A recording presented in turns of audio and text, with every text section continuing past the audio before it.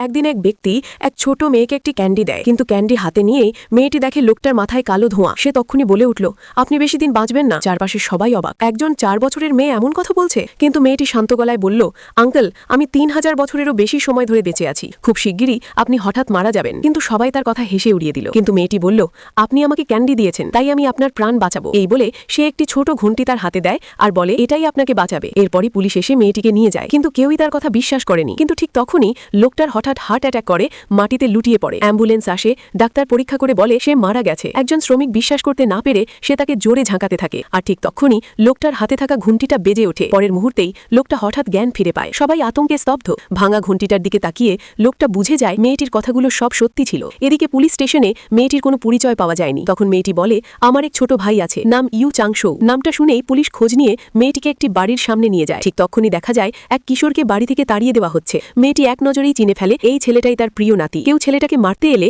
মেয়েটি এক ঝটকায় উড়িয়ে দেয়। কিন্তু ছেলেটা বিশ্বাসই করতে চায় না 4 বছরের একটি মেয়ে কিভাবে তার গুপ্ত ঠাকুমা হতে পারে। তখন মেয়েটি একটি জেড পাথরের লকেট বের করে। ছেলেটার কাছেও ছিল ঠিক একই রকম আরেকটি লকেট।